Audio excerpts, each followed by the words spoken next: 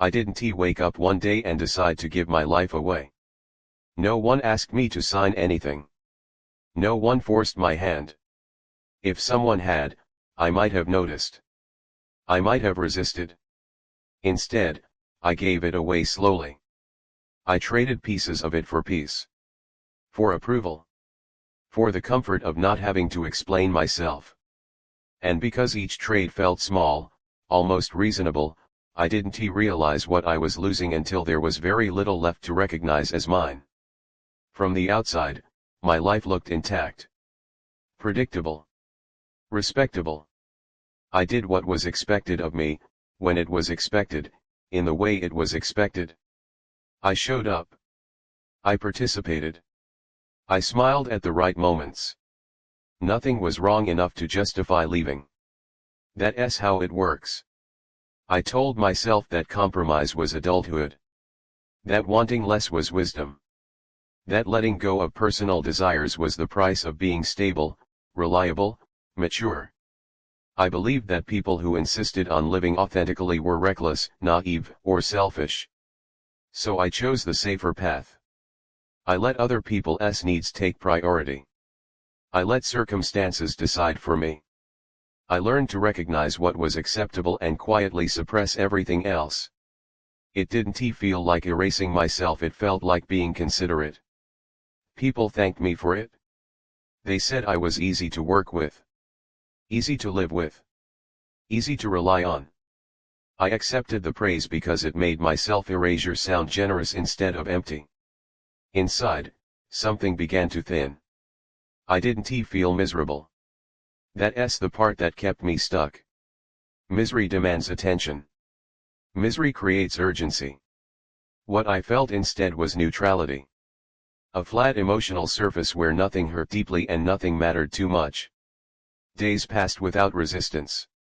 Weeks slid into months. I handled responsibilities efficiently, almost mechanically. When I looked back, time felt compressed, like whole years had passed without leaving clear memories behind. I noticed it first in how I spoke. How often I answered without thinking. How rarely I said what I actually felt. How quickly I adjusted my words to match what was expected. I wasn't lying. I was editing. Constantly. Editing myself until there was less and less to edit. At night, when everything went quiet, I felt a strange weight in my chest. Not anxiety. Not sadness. Just a dull awareness that something essential was missing. I would lie there and try to remember when I had last felt fully present in my own life. The answer was always uncomfortable. I realized that I had stopped making decisions for myself a long time ago. I still made choices, but they were reactive. Safe. Designed to keep everything running smoothly. I wasn't asking who I wanted to be anymore. I was asking how to avoid disruption. Avoiding disruption became my goal. The most unsettling part was understanding that no one had taken anything from me. I wasn't trapped by circumstance or obligation. I had offered my life up willingly, piece by piece, because it felt easier than defending it. Every time I said it doesn't matter, I meant I don't matter. Every time I said I'm fine with whatever, I meant I don't trust my own wants.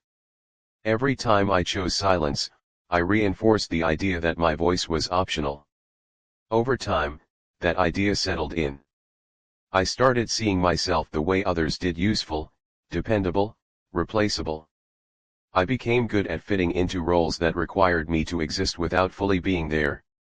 I stopped expecting more because expecting more felt dangerous. Dangerous meant uncomfortable. Uncomfortable meant wrong. So I stayed quiet. One evening, I caught my reflection in a dark window. Not a dramatic moment. Just a passing glance. But something about it unsettled me. The face looking back at me wasn't unhappy. It was empty of intention. That's when the thought finally surfaced, slow and heavy: if I disappeared tomorrow, would anything essential be missing? The question terrified me, not because of the answer, but because I wasn't sure anymore. I hadn't lost my life in a single mistake. I hadn't ruined it with a bad decision. I had handed it away carefully, politely, one small compromise at a time. And the worst part was this, no one had even asked for it. After that thought, if I disappeared tomorrow, would anything essential be missing? I couldn't return to the life I had been living on autopilot. Nothing around me changed, but everything felt exposed, like a room after the lights are turned on. I could see the shape of my days clearly now, and once seen, it was impossible to pretend they were temporary. I began noticing how often I avoided myself. How quickly I agreed before checking how I felt. How instinctively I chose what would keep things smooth instead of what would make them honest. I had become an expert at maintenance of moods, of relationships, of expectations. My life didn't ask me who I was. It only asked that I keep everything from breaking. People praised me for that. They said I was dependable, thoughtful, easy to be around. I accepted those words because they framed my absence as virtue. They made my self-erasure sound generous instead of hollow. But inside, something was resisting. My body noticed before my mind did. Sleep stopped feeling like rest. I woke up already tired, as if I had spent the night negotiating with myself. Ordinary moments came with a tightness in my chest: grocery stores, traffic lights, casual conversations. Sometimes my heart would race for no clear reason, and I would pause, breathe, tell myself nothing was wrong. Everyone feels this sometimes, I told myself. But this wasn't stress. It was refusal. I realized how much effort went into staying agreeable, staying calm, staying useful. Leaving would have required one difficult decision. Staying required thousands of small ones, made daily, silently, without witnesses. Each one cost me something. I started grieving things I couldn't name. Not a specific dream or opportunity, but time, years that had passed without leaving marks. Moments where I could have spoken and didn't. Choices I softened until they disappeared entirely. Late at night, I replayed memories, not with nostalgia, but with suspicion. I searched for the moment when I handed myself over completely. When my voice became optional. When my desires started feeling inconvenient instead of instructive. There was no single moment to blame. Just a long series of reasonable compromises. I almost spoke up. I almost left. I almost trusted myself. That realization hurt more than any obvious mistake ever could. Mistakes mean you tried. What I felt was the pain of omission of a life lived quietly in the margins of itself. The moral dilemma surfaced slowly, but once it did, it was impossible to ignore. If I stayed exactly where I was, nothing dramatic would happen. That was the promise I had been living by. I would remain stable, reliable, intact. I would continue fulfilling expectations. I would age gently inside a life that didn't require my presence. If I tried to take my life back, everything would become uncertain. I would confuse people, disrupt routines, risk discovering that I had waited too long, that the part of me capable of wanting more no longer existed. That possibility terrified me. Some nights, the thought of disappearing returned. Not dying, disappearing. Stepping away from the version of myself that existed mainly for others. Starting somewhere I wasn't already defined, where my past didn't arrive before I did. The idea frightened me. And relieved me. That contradiction was impossible to ignore. I tried to argue with myself. I reminded myself of gratitude, of responsibility, of how much worse things could be. I had used those arguments for years, and they had always worked. Now they sounded thin. Then came a moment so ordinary it almost slipped past me. Someone asked me a simple question, without accusation or drama. "Are you happy like this?" I opened my mouth to answer automatically. To reassure. To minimize. To say something polite and final. Instead, I hesitated. The silence felt heavier than any answer. In that pause, something became painfully clear.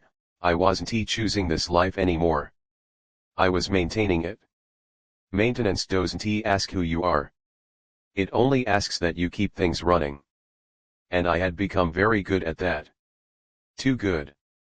That night, I didn't sleep. Not because I was anxious, but because something in me refused to return to numbness.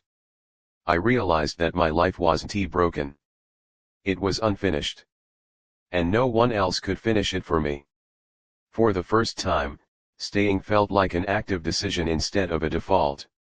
And once a decision becomes visible, it becomes heavy. It demands ownership. I knew the next step wouldn't be heroic. It wouldn't be clean. It would cost me comfort, approval, certainty, maybe even relationships I had built my identity around. But I also knew this: if I stayed exactly where I was, the cost would be higher, just quieter. I didn't take my life back in one decisive moment. There was no dramatic confrontation, no declaration, no clean break that separated who I was from who I became. What happened instead was slower and far more uncomfortable. I noticed what remained. Once I admitted to myself that I had been handing my life away, I couldn't stop seeing it. Every small compromise that once felt harmless now felt deliberate. Every "I don't mind," every "it's fine," every silent agreement revealed itself as a transaction I had made without checking the price. And the price was me. For a while, that realization didn't lead to action. It led to paralysis. I stayed exactly where I was, only now without the comfort of ignorance. The routines that had once protected me began to feel like evidence. Proof that I had chosen ease over presence for so long that I didn't know how to reverse it. Fear grew louder. It told me I was late. That whatever I tried now would only highlight how much time I had already lost. That reclaiming myself would require explaining things I couldn't explain to others and to myself. It warned me that if I stopped being easy, I might become alone. And it was right about one thing. Taking my life back meant losing the version of myself that existed for others. I began with refusal, not rebellion. I stopped volunteering my silence. I let pauses exist instead of rushing to fill them. I allowed myself to disappoint people in small ways by hesitating, by questioning, by not immediately agreeing. These changes felt wrong at first. Almost immoral. I had spent years believing that being accommodating was the same as being good. Letting go of that belief felt like stepping outside the role I had been assigned. People noticed. Some asked what was wrong. Some acted as if I had changed for the worse. A few reminded me how much easier things had been when I didn't question anything. When I didn't complicate the atmosphere with uncertainty. They weren't wrong. It was easier when I wasn't there. Fear used that against me relentlessly. There were nights when I nearly gave everything back. Nights when loneliness felt like punishment and doubt felt precise and convincing. Nights when I told myself that disappearing quietly was better than taking up space imperfectly. But even then, something had shifted. I could feel myself. The discomfort I felt wasn't numb anymore. It was sharp, immediate, alive. And that hurt, but it also meant I was present. I wasn't watching my life happen to someone else anymore. I was inside it, unprotected. Trying to reclaim myself didn't feel empowering. It felt empty. Like standing in a room after all the furniture has been removed, unsure what belongs where. Without the structure of constant compromise, I had to face my own wants and realize how unfamiliar they had become. I was awkward. I hesitated. I changed my mind. I made decisions that didn't come with reassurance. I learned that ownership doesn't feel like confidence, it feels like exposure. Slowly, time changed. Days stopped sliding past unnoticed. Moments stayed with me, even when they were uncomfortable. Especially when they were uncomfortable. I wasn't maintaining my life anymore. I was inhabiting it. I grieved what I had given away. That grief didn't vanish when I started taking things back. It still visits me sometimes, quietly. I mourn the years I spent being useful instead of being real, agreeable instead of being alive. But I no longer let that grief decide for me. I learned something I wish I had understood earlier: you don't lose your life all at once. You give it away in pieces and you can take it back the same way. Not by grand gestures, but by refusing to disappear where you once did. Taking my life back didn't make it impressive. It didn't make it easy. Some relationships didn't survive the change. Some versions of my future closed permanently. I carry those losses with me. But I also carry something I didn't have before. Agency. Agency over my voice. Agency over my presence. Agency over the life I am still learning how to live. I no longer confuse kindness with self-erasure. I no longer confuse peace with silence. And I no longer confuse being needed with being alive. If you're listening to this and something inside you feels heavy, quiet, uncomfortably awake, I want to tell you to burn your life down or disappear into a new one. Not every situation requires escape. But every situation requires ownership. Ask yourself honestly whether you are choosing your life, or quietly offering it up so nothing has to change. Ask yourself what you've been giving away in the name of peace. Because one day, without warning, you may realize that nothing was ever taken from you, you simply handed it over. I didn't lose my life. I gave it away. And taking it back slowly, imperfectly, without applause, was the first time it truly felt like mine.